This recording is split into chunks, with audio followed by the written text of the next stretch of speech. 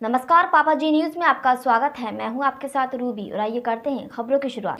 मध्य प्रदेश के पूर्व मुख्यमंत्री शिवराज सिंह चौहान ने शुक्रवार को अपना नामांकन रिटर्निंग अधिकारी अरविंद कुमार दुबे के समक्ष पहुंचकर जमा कर दिया है। शिवराज सिंह चौहान देर दोपहर लगभग 12 बजे विदिशा संसदीय क्षेत्र के रायसेन शहर पहुंचे, जहां पर स्थानीय दशहरा मैदान में रखी गई जनसभा को संबोधित करने के बाद जीप में सवार होकर रायसेन कलेक्ट्रेट की ओर रवाना हो गए।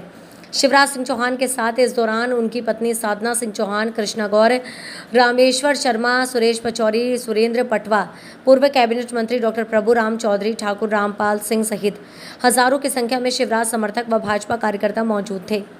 इस दौरान शिवराज का काफिला जिस जिस जगह से गुजरा, वहां पर बड़ी संख्या में लोगों ने फूल बरसाकर शिवराज सिंह चौहान का स्वागत किया। रायसेन दशहरा मैदान में रखी गई जनसभा के दौरान कांग्रेस पर निशाना साधा।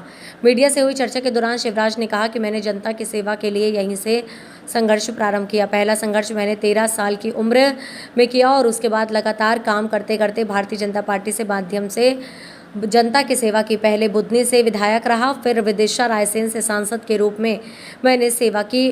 अब फिर मेरा सौभाग्य है कि मैं जनता के बीच में हूँ। विदिशा रायसेन संसदीय क्षेत्र मेरे बचपन का झूला है, जवानी की फुलवारी और बुढ़ापे की कसरी है। ये पूरा परिवार है। अब गिलहरी सा योगदान सांसद के रूप में मुझे मिलेगा। विकास हमारी प्राथमिकता है, तो वहीं कभी विधायक तो कभी संसद के तौर पर इलेक्शन लड़ने पर व्यर्थ के खर्चे को लेकर किए गए सवाल का जवाब देते हुए पूर्व मुख्यमंत्री शिवराज सिंह चौहान ने कहा, बुधनी और विदिशा एक ही है। जब ये व्यवस्था हो जाएगी बनने से वन इलेक्शन, तो सारा समाधान हो जाएगा। आपके दिमाग में जो चिंता है उसी का तो समाधान है। मित्रों, मैं अत्यंत सौभाग्यशाली हूं कि भारतीय जनता पार्टी ने, हमारे नेतृत्व ने, आदरणीय प्रधानमंत्री जी ने मुझे विदिशा रायसेन संसदीय क्षेत्र से अपना उम्मीदवार, भारतीय जनता पार्टी का उम्मीदवार बनाया है। मेरा जन्म इसी क्षेत्र में हुआ और बचपन से मैंने जनता की सेवा के लिए यही संघर्ष प्रारंभ किया। पहला संघर्ष मेरा 13 साल की उम्र में हुआ था, जब मैं 7वीं पढ़ता था, और उसके बाद लगातार काम करते करते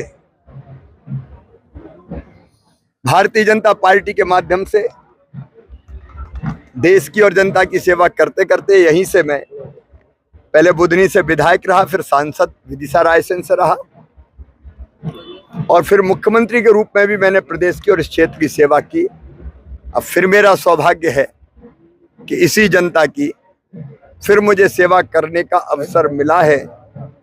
विदिशा रायसेन संसदीय क्षेत्र मेरे बचपन का झूला, जवानी की फुलवारी और बुढ़ापे की काशी है। ये पूरा परिवार है, ये पूरा क्षेत्र। यहाँ जनता और मैं, नेता और जनता नहीं है, भाई बहन है, भैया मामा हैं, भांजे भांजी हैं। मुख्यमंत्री रहते हुए, सांसद रहते हुए विकास की अनेकों गाथाएं यहाँ रची गई है, लिखी गई है, और जन कल्याण का महायज्ञ भी यहाँ संपन्न किया है।